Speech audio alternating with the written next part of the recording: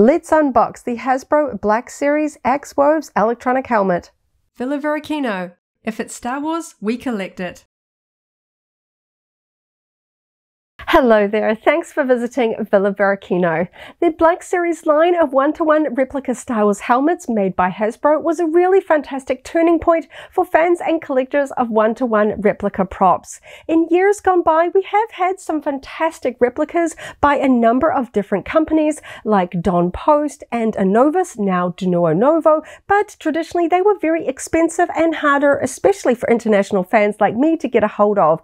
Now the Black Series line is a much cheaper, affordable price point. And for us here in New Zealand, these are actually sold by a number of different retailers here locally in New Zealand, including one that even has branches inside our local mall. So I can go down to my local shopping mall and pick up a one-to-one Star Wars helmet. That's just absolutely fantastic. So as you can see, I have the X Woves one here. This one has some box damage. This was actually an X display model that we picked up on clearance. So I'm really excited to get it out of its box and on display. It has been opened up before, but I'm still very excited to add another Star Wars replica helmet to my collection. So thank you so much for hanging out with me today. Coming up really soon, I'll take a closer look at the helmet and compare it alongside the Boba Fett one from the same Black Series line. But first, let's take one last look at the packaging. I always thought it was kind of curious that Hasbro chose to use the Black Series as a tagline for both their line of 6-inch figures, one-to-one helmets, and one-to-one lightsabers. There is a lot of packaging similarities between those three, particularly with this side angle piece here. I do actually have an X Woves Black Series 6-inch figure to demonstrate the similarities in the packaging here. Obviously on the front we have this really nice large image here of the helmet as it would be inside the box. We have the Star Wars Black Series logo here, and we have this accent color stripe, which is a match for the packaging that we have for the figures here. So for the figure line, all of the different series and movies have an accent color. For the Mandalorian, it is this kind of mustard brown color. It always makes me think of the Mudhorn fight here. So we have the accent stripe across the box as we do on the figure packaging here. We also have the name for the item. This one says X Woves Premium Electronic Helmet. And on the figures, we also have the character name down here as well. And turning the box around to the side, we can see that we have this sort of cutout angle side piece here, which of course echoes the now slightly older packaging style of the figures here as well. We can see this is the X Woves figure from the Mandalorian where he has his helmet off. So we can see the art here on the side. We have a full length art panel here. For the helmets, there is a bit more of an emphasis on the helmet itself. So we have the black and white art at the top of the character wearing the helmet, and then we have the sort of splice here across where we have a side piece here showing the helmet from the side in that accent color that is usually down at the bottom here. We don't have the name like we do on the figures. This one says the character name X Woves here at the bottom. On the helmet ones, it's generally just clear with the helmet clear there. We do have the Hasbro logo there at the bottom. I just think it's fun because if you do like to keep your items together or packaging styles, I like that these two match. They look really fun together, though of course I personally think helmets do look a little bit better out of the packaging, but it is fun if you want to put your helmet and your box next to the matching figure just to kind of complete your display there. So moving on, we've got a side piece here showing the helmet from the side with a little bit of a cutaway here with a blueprint style artwork showing the interior padding and details of the helmet there. It just says X Woves Premium Electronic Helmet up here, and then we have Star Wars the Black Series down below. The back of the box is where we really get a lot of the details. So it mentions that this is a premium electronic helmet. We have LEDs in the flip down illuminated HUD as it mentions here. So we have lights. Some of the helmets in the Black Series helmet range have a voice modulation or some kind of sound effects. The Mandalorian ones typically do not. It is mostly contained as a lighting effect in the flip down range finder there. And we can sort of see a bit of a pictured example of it there in action there. And we have a little bit of a blurb about the helmet here. Realistically detailed, entertainment-inspired reproduction of Woves helmet, and that is listed there in a few different languages. We also have that same accent color stripe coming around here that says Star Wars The Mandalorian, because of course this helmet is from the Mandalorian series there. We have a little bit of a blueprint style artwork here, again showing some of the inner components, because of course these helmets come fully lined and padded with adjustable pieces there, so you can really fit them to your own head there if you want to put them on. And now we have a front view here of the helmet with the rangefinder down. We can see that light there in the picture. Again, we have a little bit of a blueprint image there of different angles there. We can see that the rangefinder can flip down there. We've got the Black Series logo, and again it just says Woves Premium Electronic Helmet. On the top we have a fun little sort of side piece here with the large Star Wars The Black Series logo here on the top, and the underside is basically just barcode information. As I mentioned before, this is a shop worn product. We can see that there is tape and stickers that have been removed. It has been opened, so it's a little bit more dinged up than it normally would be, but I did pay less than half price for this particular item, so I don't mind having a bit of box wear. So let's get stuck in and open this up and take a look at the helmet. Now I have unpacked everything out of the box. We have the main helmet, and then we have the rangefinder, which we have to attach. That comes as a separate component at first, and then of course we have some paperwork. Because this is an electronic helmet, there are batteries involved. It doesn't come with batteries, but of course electronic items generally have to have some kind of a safety warning paperwork there, and this one here is the kind of the instruction book here, and we can see it matches the packaging of the box. It shows us how to get the batteries inside the compartment. We do need a screwdriver to do so, and then it shows some of the features that we can move the rangefinder down and back up. We can slide this little component out of the front so we can see all the way through it. Of course you would have to be wearing the helmet to utilize that feature, but it's cool that we've got there. And then we can see how to sort of attach the rangefinder and how to adjust the helmet liner there on the inside as well, so you can get it to really fit your particular head size there. So I've seen this before because it is pretty much the same as the Boba Fett helmet, but of course they have to include that with every helmet sold. So useful to keep. Definitely going to put that one to the side now. So I'm not going to attach the rangefinder just yet. I'll pop that one to the side as well. I just want to lift the helmet and check out some of the features, because I am familiar with the Boba Fett one, but this one is different. And the first thing I want to just quickly check out before I dive too further in is just to have a look at the inside here. It's a little bit trickier once I've got the rangefinder on. So we can see they've done the inside to make it look like a real in-world helmet. We have these squishy sort of a brown foam pieces here. They're sort of rubbery or foam here, just to kind of cushion the inside of the helmet, because the rest of this is hard black plastic. You don't want that resting. It's just completely on your head. And we can see that adjustable helmet liner on the inside there. You can remove this, fit it to your head, and then pop it on the inside just to kind of tighten it, just so the actual top of the helmet isn't just resting on your head completely. It will be cushioned with this strap here, which is flexible. You can see it is kind of rubbery in there, so it's nice and comfortable. We can see a lot of the sculpted details, especially in around the front of the helmet, sort of where the cheeks and chin would be. It's really fun that they've made this in world. It just looks really cool. Of course, you're not really seeing that if you put it on your head. You're looking out through the visor, and we can see just how visible the visor is. We can see right through it. You can see my hand. We've got a little bit of a plastic support strut here, so of course, because the helmet does tend to rest on this edge, this is just kind of protecting it and keeping these two sides from flaring out too much over time. It just kind of gives it a little bit of a reinforcement there. I know it does look very visible when looking from the inside, but of course once I turn it to the outside, when we don't have light shining through it, it's very hard to see. It just kind of disappears in with the black visor. Of course, when I tip it up, you can see it there, but we've got light shining through it. When it's worn, you don't really see this at all, and it's good to have a little bit of that sort of reinforcing structure there.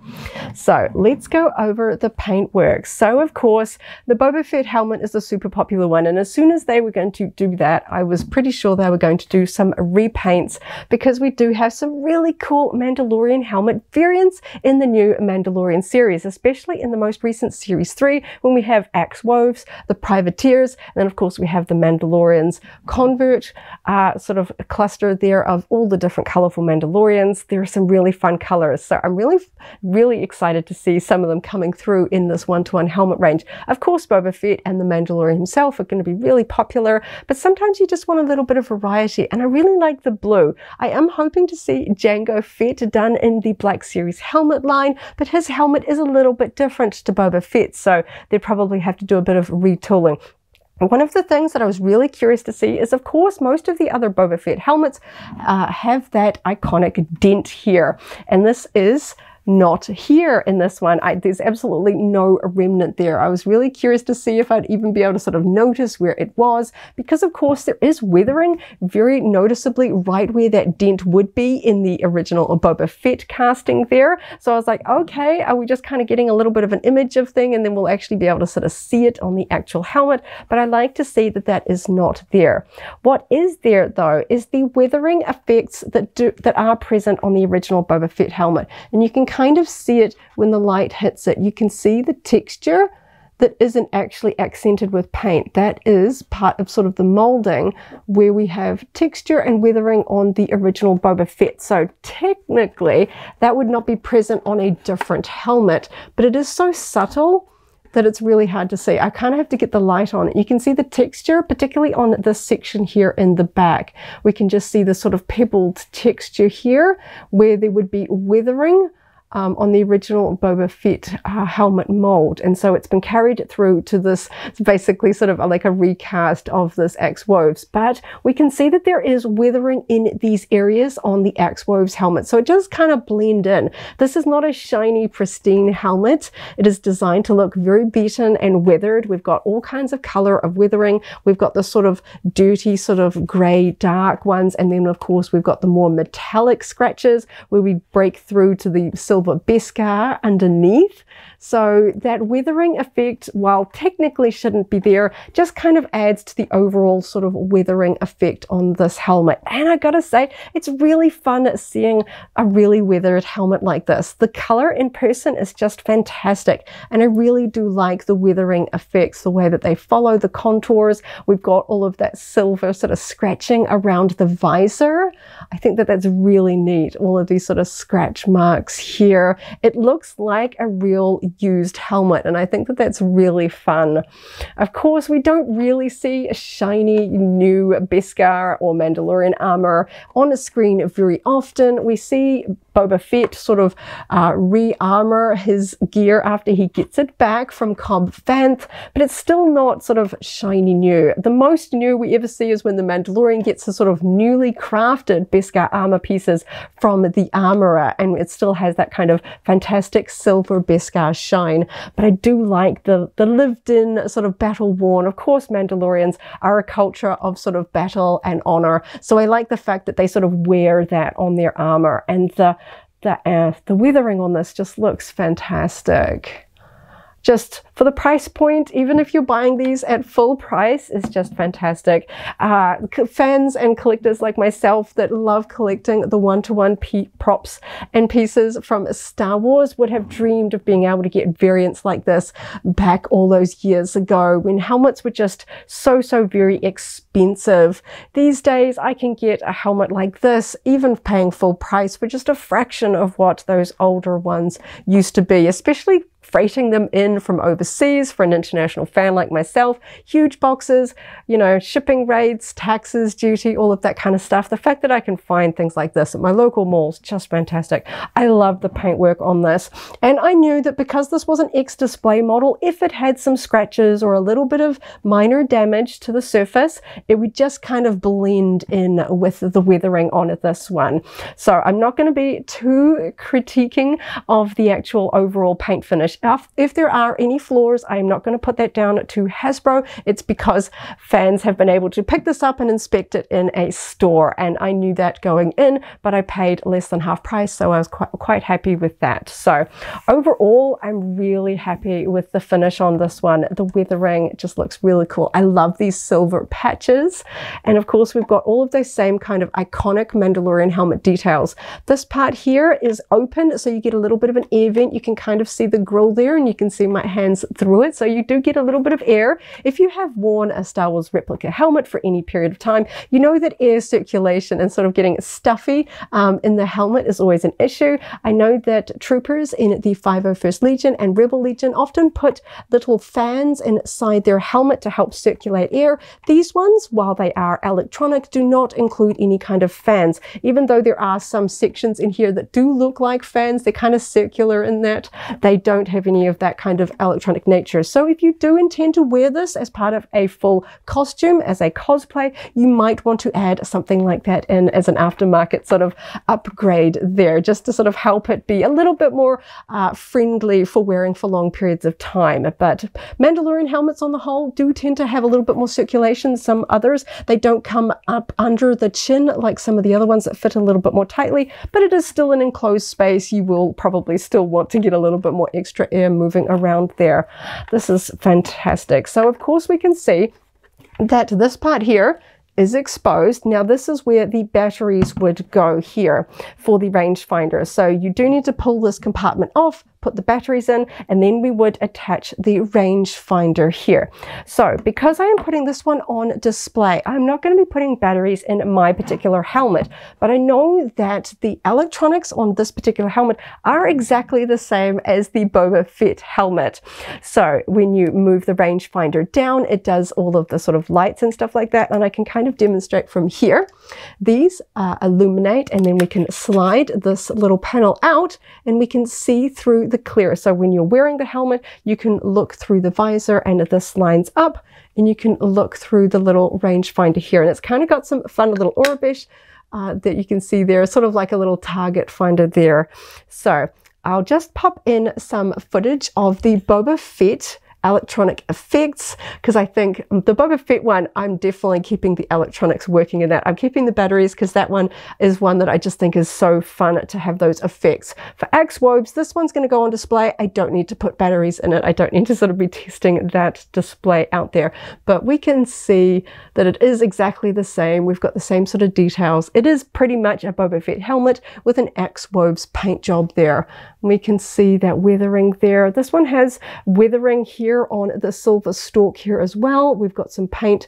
This isn't scratches, this is paint. We can see the weathering along here to sort of match up here. It's definitely sort of in world, a little bit more cleaner on the inside there. And we can see the attachment point. We can see the pins that do attach it to the internal electronics, because the electronics are kind of housed down here with the battery that runs up to their sort of lights and LEDs up here. So I'm going to go and attach this on, and we can compare it side by side with a Boba Fett helmet from the same Black Series line. So now we have the Woves Black Series helmet alongside the Boba Fett re-armored helmet that's also from the Mandalorian series, where he has kind of touched up his armor after he gets it back from Cobb Vanth via the Mandalorian. And it's really fun to see these side by side. And I know Woves isn't a central character. He does get a lot of screen time in season 3, but he's perhaps not quite as prominent or perhaps quite well as loved as Boba Fett. But it's really fun just to see the different colors, especially seeing so many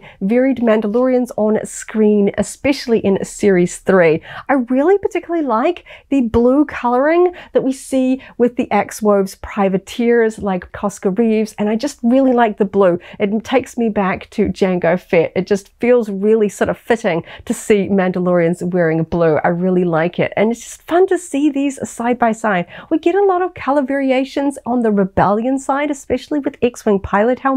They have a lot of customizations, and we can really see that coming through on screen in the Mandalorian series, that all of the Mandalorian helmets, they're customized, they've got stripes, different colors, they've got their own battle damaged weathering. Of course, we see that in characters like Sabine. She's always customizing her helmets, and I really like seeing just the vibrancy of Mandalorian culture coming through in their armor. So it's really fun to see some different Mandalorian helmets coming through in the Black Series line for fans that like the one-to-one helmet replicas. And for the price point, just absolutely fantastic. I know if this one was made by one of the other sort of major companies like EFX or De Novo, it would be very expensive, and perhaps there might not be quite as many fans willing to spend that kind of money for a character that's a little down their sort of interest list compared to a character, say, Boba Fett. Of course, lots of people want a Boba Fett helmet. So I like that we've got this cheaper line that gives us just a wider variety of helmets. We have characters like Trapper Wolf and Carson Teever getting their X-Wing pilot helmets out there for fans to collect. And I just love that.